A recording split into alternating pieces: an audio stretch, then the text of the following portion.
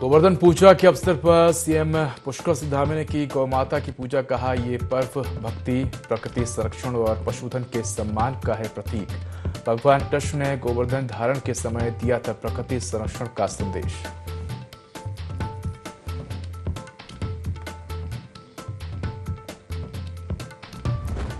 गंगोत्री धाम के कपाट शीतकाल के लिए बंद। 11:36 पर बंद हुए धाम के कपाट। मां गंगा की डोली मुखवा के लिए रवाना।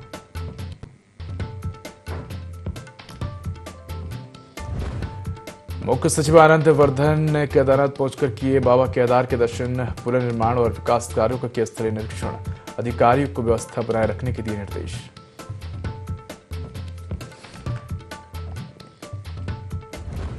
कल भैया दूज पर बंद होंगी बाबा केदार की कपाट। आज पंचमुखी डोली को मंदिर में किया गया विराजमान। 12 क्विंटल फूलों से सजाया गया बाबा केदार का धाम।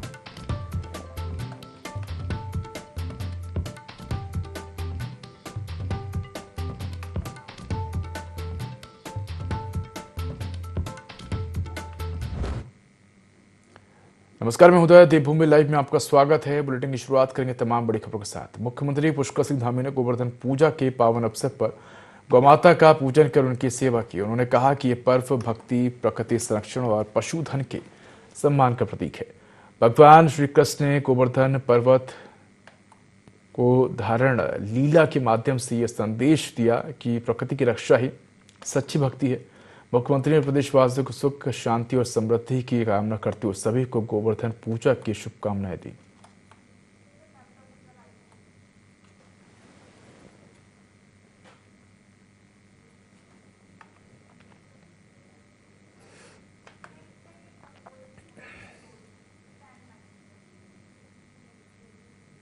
शीतकाल के लिए विधि विधान से मां गंगोत्री धाम के कपाट बंद हुए। सुबह ठीक 11:36 पर पंडा, पुरोहितों और तीर्थ पुरोहितों की मौजूदगी में मां गंगा की भव्य पूजा अर्चना के बाद कपाट बंद कर दिए गए।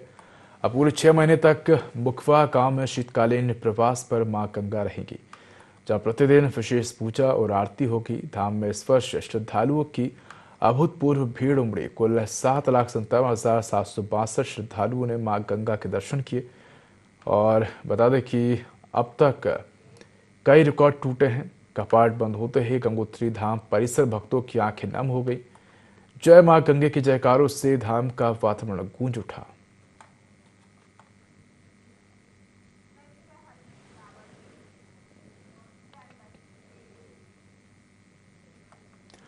उत्तराखंड राज्य स्थापना दिवस से पहले उत्तराखंड सरकार ने विकास की दिशा तय करने के उद्देश्य से विधानसभा का विशेष सत्र बुलाने का निर्णय लिया है। राज्य के रजत जयंती वर्ष के अवसर पर राज्यपाल लेफ्टिनेंट जनरल गुरमीत सिंह ने 3 और 4 नवंबर 2025 को उत्तराखंड विधानसभा का विशेष सत्र आहूत करने की अधिसूचना जारी की।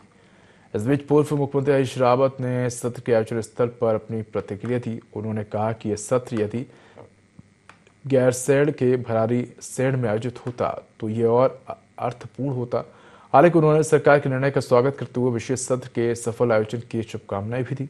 सत्र की कार्यवाही और संभावित विपक्षी भूमिका पर बोलते हरीश रावत ने आगे कहा कि हंगामा भी संसदीय जीवन का एक हिस्सा है। उन्होंने उम्मीद जताई है कि आगामी विशेष सत्र में राज्य के भविष्य से जुड़े मुद्दों पर सार्थक चर्चा होगी और ये सत्र वास्तव में उत्तराखंड के विकास की दिशा तय करेगा।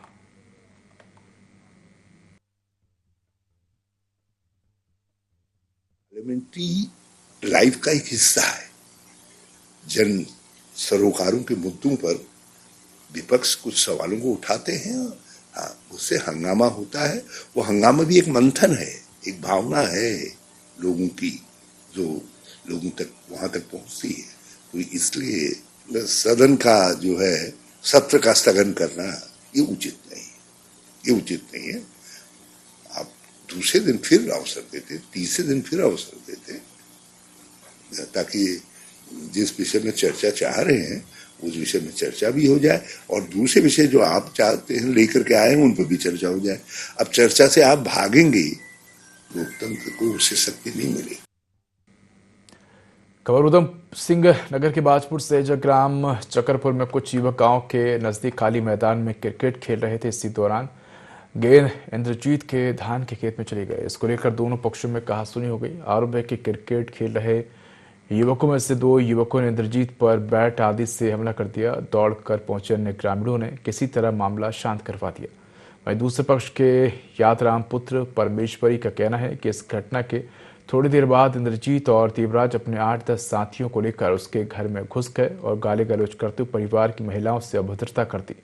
विरोध करने पर मारपीट पर उतारू हो गए। वहीं इस मामले को लेकर कोतवाली पहुंचे दोनों पक्षों ने एक दूसरे के विरुद्ध तहरीर दे दी है। कोतवाली में भी जब दोनों पक्षों का आमना सामना हुआ तो उसमें वहां भी विवाद शुरू हो गया और तीखी बहसबाजी होने लगी। पुलिस ने किसी तरह मामला शांत कराया, साथ ही 2 युवकों को पूछताछ के लिए कोतवाली में बैठा लिया। बता दें कि मारपीट की घटना सीसीटीवी कैमरे में भी कैद हो गई है।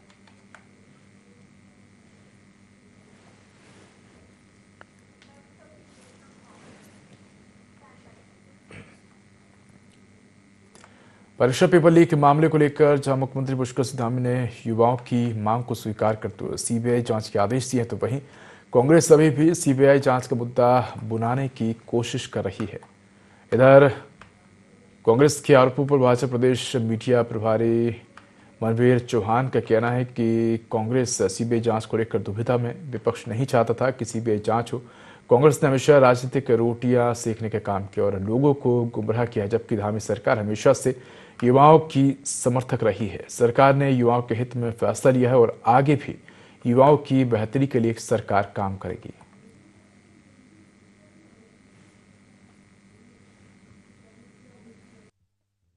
सीबीआई जांच को लेकर के कांग्रेस पार्टी दुविधा में है और कांग्रेस पार्टी कभी भी युवाओं के आंदोलन की समर्थक नहीं रही है और कांग्रेस पार्टी नहीं चाहती थी कभी कि सीबीआई की जांच हो। वो सिर्फ अपनी राजनीतिक रोटियां सेकने के लिए प्रदेश के अंदर लोगों को गुमराहित, युवाओं को गुमराहित करने का प्रयास कर रही थी।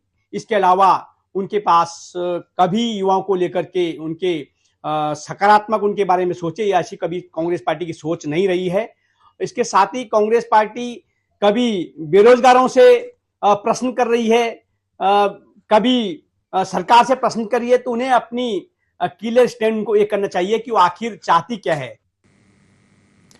मुख्य सचिव आनंद वर्धन ने केदारनाथ धाम पहुंचकर भगवान बाबा केदारनाथ के दर्शन किए और धाम परिसर में चल रहे पुनर्निर्माण एवं विकास कार्यों का विस्तृत स्तरीय निरीक्षण किया। इस अवसर पर उन्होंने धाम क्षेत्र में विभिन्न फेजों में चल रहे निर्माण कार्यों की प्रगति, गुणवत्ता और कार्य निष्पादन की समीक्षा की। मुख्य सचिव ने जिलाधिकारी प्रतीक जैन से धाम में चल रहे सभी कार्यों की विस्तृत जानकारी ली। उन्होंने अधिकारियों को निर्देश दिए कि सभी निर्माण कार्यों में गुणवत्ता, सौंदर्य और धार्मिक आस्था का विशेष ध्यान रखा जाए। उन्होंने कहा कि 23 अक्टूबर को बाबा केदारनाथ के कपाट शीतकाल के लिए बंद होने जा रहे हैं। उन्होंने निर्देश दिए कि बाबा के कपाट बंद होने के बाद भी धाम क्षेत्र में सुरक्षा, सामग्री संरक्षण और बर्फबारी की स्थिति में कार्यों के रखरखाव को लेकर पूरी तैयारी रखी जाए। मुख्य सचिव ने यह भी कहा कि अब से ही अगले साल यानी कि 2026 की तैयारी प्रारंभ कर दी जानी चाहिए और उन्होंने संबंधित विभागों को निर्देशित किया है कि सभी व्यवस्थाओं की पूर्व योजना यानी कि प्री प्लानिंग तैयार की जाए ताकि अगली यात्रा सीजन में यात्रियों को और भी बेहतर सुविधाएं मिल सके।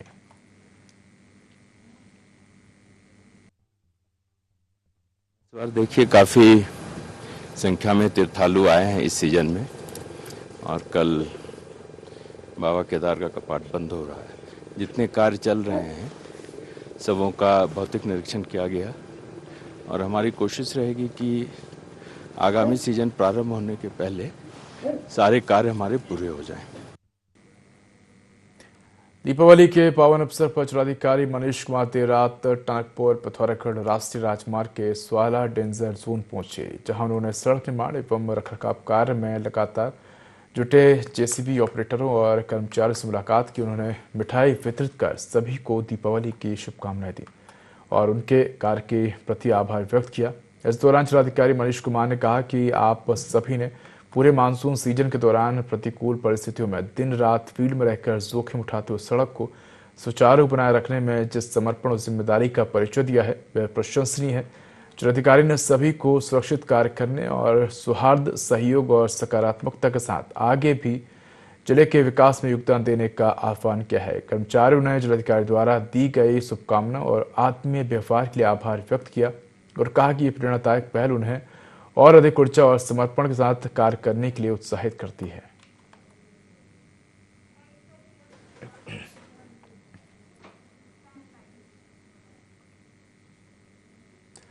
देहरादून में जिलाधिकारी सबिन बंसल ने आपदाग्रस्त क्षेत्र सेरागांव सहस्त्र धारा में जिले के आला अधिकारियों के संग समक्ष बैठक करते हुए ग्राउंड जीरो पर समीक्षा की।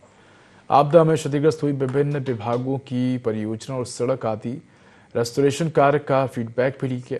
डीएम ने सभी विभागों के अधिकारियों को मौके पर ही तलब करते हुए विभागवार पुनर्निर्माण कार्यों की गहन समीक्षा की। इस दौरान जिलाधिकारी ने उपस्थित स्थानीय निवासियों, क्षेत्र के स्थानीय जनप्रतिनिधियों से विस्तार पूर्वक निर्माण कार्यों की स्थिति की जानकारी लेने के साथ ही क्षेत्रवासियों की समस्याओं को सुनते हुए संबंधित विभागों के अधिकारियों को आवश्यक निर्देश दिए। उन्होंने विभागीय अधिकारियों को निर्देश दिए कि जिन कार्यों के आकलन रह गए हैं उन्हें प्राथमिकता के आधार पर लेटलांग लोकेशन के साथ 1 सप्ताह के भीतर अपर जिलाधिकारी वित्त एवं राजस्व को प्रस्तुत करें।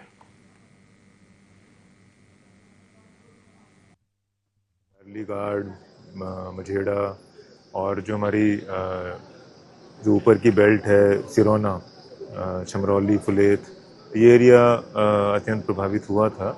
यहाँ पे हमारी फर्स्ट प्रायोरिटी थी कि जो सर्च एंड रेस्क्यू अभियान, जो लाइफ लॉसेस हैं, एसेट लॉसेस हैं, उनको प्रिवेंट करना।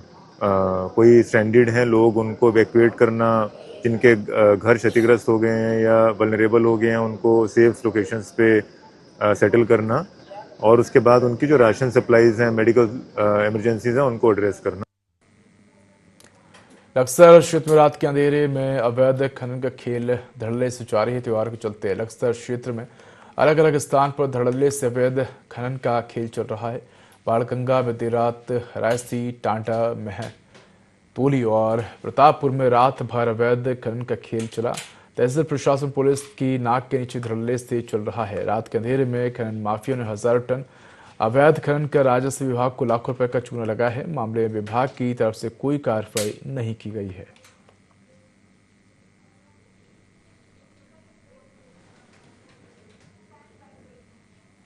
लंढोरा पुलिस अलर्ट मोड पर है। पुलिस और प्रशासन ने उन गन्ना कोल्हुओं पर निगरानी बढ़ा दी है जहां ईंधन के रूप में रबर, प्लास्टिक, कपड़ा जलाकर प्रदूषण फैलाया जा रहा है। बताया जा रहा है कि पिछले महीने प्रशासन ने ऐसे कई कोल्हुओं को सील किया था जो वातावरण में जहर खोल रहे थे।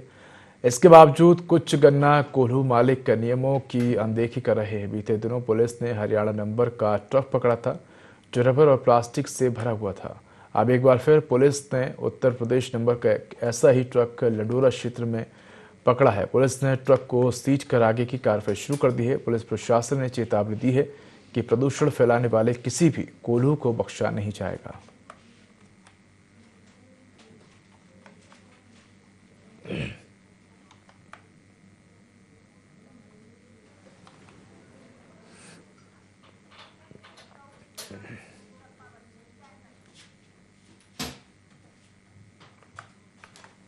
देश प्रदेश के साथ ही चंपावत जिले में दीपावली पर्व के दूसरे दिन गोवर्धन पूजा पर्व को पारंपरिक एवं धार्मिक रूप से हर्षोल्लास के साथ मनाया गया है। इस अवसर पर जिले के विभिन्न स्थलों पर गौ पालकों द्वारा विधि विधान से गायों की पूजा अर्चना कर फल फूलों की माला पहनाकर उन्हें विभिन्न तरह के पकवान खिलाए गए।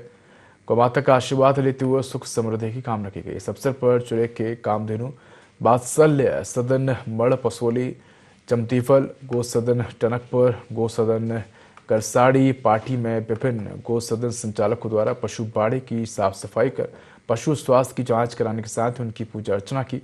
इसके अलावा खेती खान, लुआघाट और चंपावत क्षेत्र के गांव पालकों ने गोबर से गोवर्धन पर्वत पर बने भगवान श्री कृष्ण की मूर्ति की पूजा अर्चना की। साथ ही गौवंशों की पूजा अर्चना कर उन्हें विशेष पकवान खिलाए गए। वहीं लुआघाट के सीमांत क्षेत्र के कामधेनु वात्सल्य गो सदन के संचालक शंकर दत्त पांडे ने कहा कि गोवर्धन पूजा के दौरान उनके गो सदन में गायों की पूजा अर्चना कर उन्हें वस्त्र, मालाएं और खूंट पहनाए गए हैं। साथ ही गौवंशों को विशेष भोजन करवाया गया है।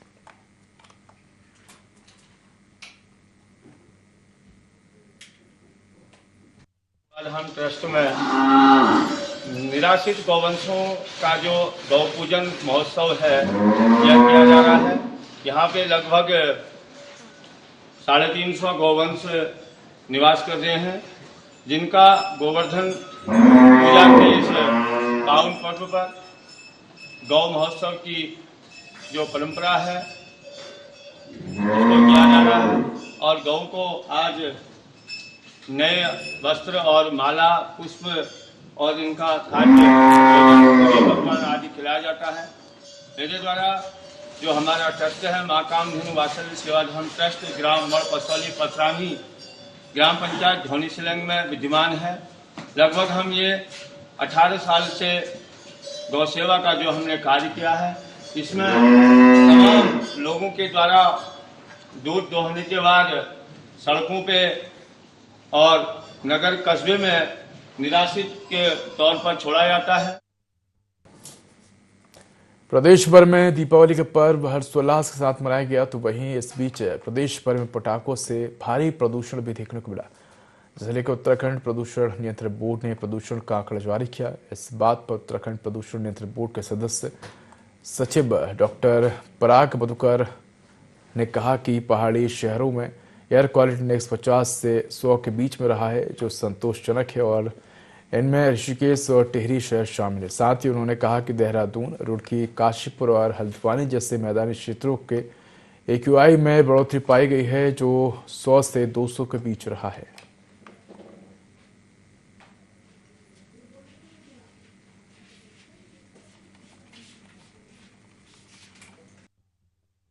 पोल्यूशन कंट्रोल बोर्ड द्वारा दिवाली के 7 दिन पहले और दिवाली के 7 दिन बाद एक पूरे 2 सप्ताह का जो पूरा पोल्यूशन और एयर क्वालिटी मॉनिटरिंग के लिए स्टेशंस लगाए गए। 17 स्टेशंस स्थापित किए गए हैं, जिसमें continuous air quality monitoring station है 3 हमारे, और साथ में बाकी अन्य 17 लोकेशंस पे मैनुअल हमारी मॉनिटरिंग चल रही है। यहाँ पे मुख्य रूप से जो दिवाली के AQI बढ़ने की जो एक प्रवृत्ति रहती है, उसमें मुख्य रूप से हमारे जो पहाड़ के शहर है उसमें हमारा AQI सेटिस्फैक्ट्री लेवल का रहा, जो 50 से 100 के बीच में रहा है, जिसमें ऋषिकेश और टिहरी जैसे जनपद भी है जिनका AQI आपका 100 से नीचे रहा है। लेकिन देहरादून, रुड़की, हल्द्वानी और काशीपुर ऐसे सिटीज है जो मैदान के जो क्षेत्र है उसका AQI हमारा मॉडरेट रहा है। मॉडरेट मतलब 101 से लेकर 200 के बीच में रहा है। जैसे काशीपुर का 167 168 रहा है, उसी अनुसार 190 के आसपास आपका रुड़की का भी रहा है।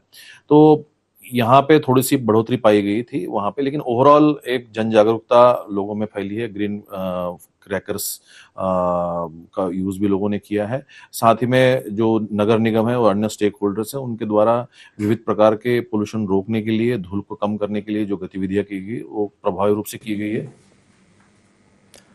हरिद्वार वन विभाग ने सर्प तस्करी के मुख्य आरोपी नितिन कुमार को गिरफ्तार कर लिया। आरोपी को विभाग की विशेष टीम ने नारसन क्षेत्र में दबिश देकर सर्प विश्व सहित पकड़ा है।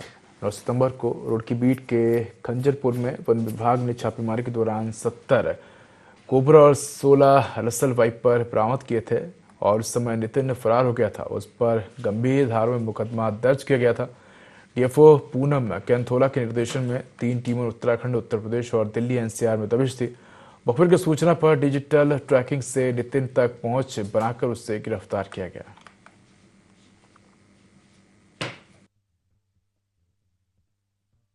छापेमारी की गई थी जिसमें 86 सांपों को बरामद किया गया था। इसमें जो मुख्य अभियुक्त हैं, जो ये सर्प विष संग्रहण केंद्र को संचालित कर रहा था, नितिन कुमार, ये फरार चल रहा था।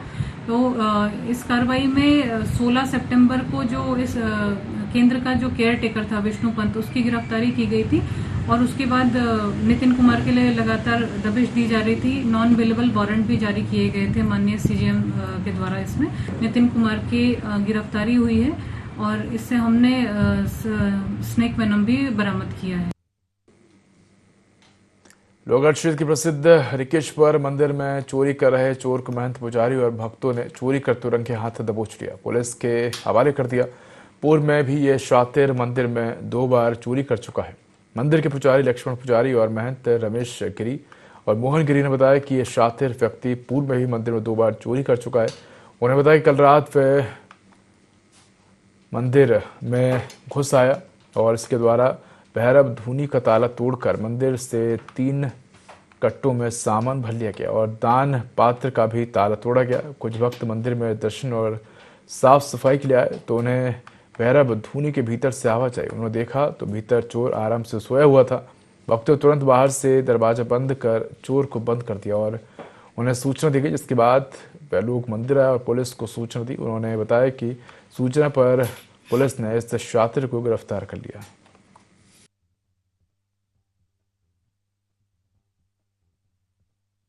यहीं रुका था, दान पात्र पेटियां सब तोड़ी हैं, जो भी दिए बत्तियां सब जो है बैग कट्टे में भर के ले जा रहा। 3 कट्टों में भरे थे इसने। और अब गए हैं पुलिस वाले, उसको लेके गए हैं घर। वो अंदर उसको शायद नींद आ गई। मुख्यमंत्री पुष्कर सिंह धामी ने कहा कि साइबर क्राइम रोकना राज्य सरकार की प्रमुख प्राथमिकता है। उन्होंने बताया कि साइबर अपराधों का सामना करना चुनौतीपूर्ण है, क्योंकि अपराधी अक्सर प्रणाली को चकमा देने की कोशिश करते हैं। मुख्यमंत्री ने भरोसा दिलाया कि इस दिशा में आवश्यक संसाधन कभी कमी नहीं आने देंगे और सरकार पूरी तत्परता के साथ साइबर अपराधों से निपटने का कार्य कर रही है।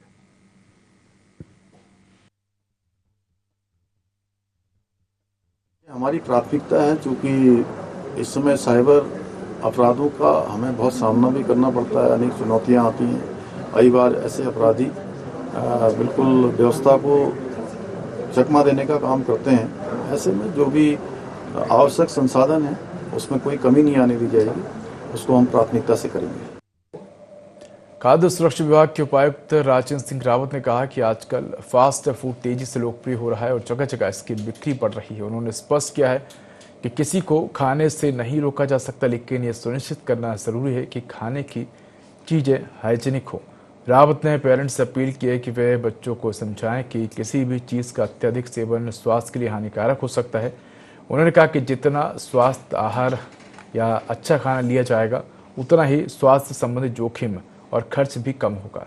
विभाग इस दिशा में लगातार कार्रवाई कर रहा है और स्वस्थ जीवन शैली अपनाने पर जोर दे रहा है।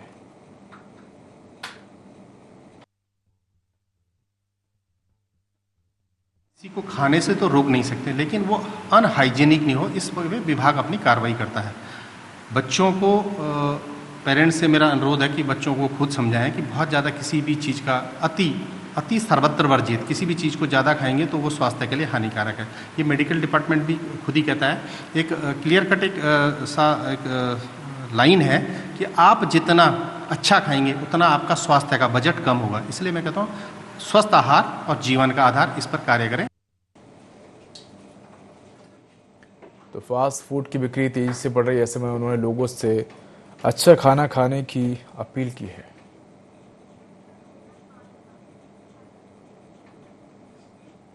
चंबौर जिले की लोहाघाट विधानसभा के अंतर्गत आने वाली रोहसा लोहाघाट मोटे मार्ग से टनगांव को जोड़ने वाली सड़क पिछले 25 वर्षों से डामरीकरण की राह देख रही है। किसान नेता मोहन चंद्र पांडे ने जानकारी दी कि 1 किलोमीटर लंबी यह सड़क लोक निर्माण विभाग लोहाघाट द्वारा बनवाई गई थी, लेकिन तब से अब तक इसका डामरीकरण नहीं किया गया है। पांडे ने बताया कि सड़क की हालत खराब को लेकर कई बार विभाग प्रशासन और जनप्रतिनिधियों को ज्ञापन सौंपे गए हैं, लेकिन हर बार सिर्फ आश्वासन ही मिला है। उन्होंने यही बताया करीब 15 साल पहले तत्कालीन भाजपा विधायक पूरन फतलियाल ने विधायक निधि से 1 किलोमीटर अतिरिक्त सड़क बनवाकर गांव को मुख्य मार्ग से जोड़ा था। बारिश या आपदा के समय जब सड़क बंद होती है तो विभाग सिर्फ अपनी बनाई सड़क तक ही मशीन भेजता है, जबकि बाकी 1 किलोमीटर ग्रामीणों को अपने खर्च पर ही साफ करानी पड़ती है। मोहन पांडे ग्रामीणों लोक निर्माण विभाग से इस सड़क के शीघ्र डामरीकरण की मांग की है और विधायक निधि से बनी सड़क को विभागीय अधीन लेने की भी अपील की है।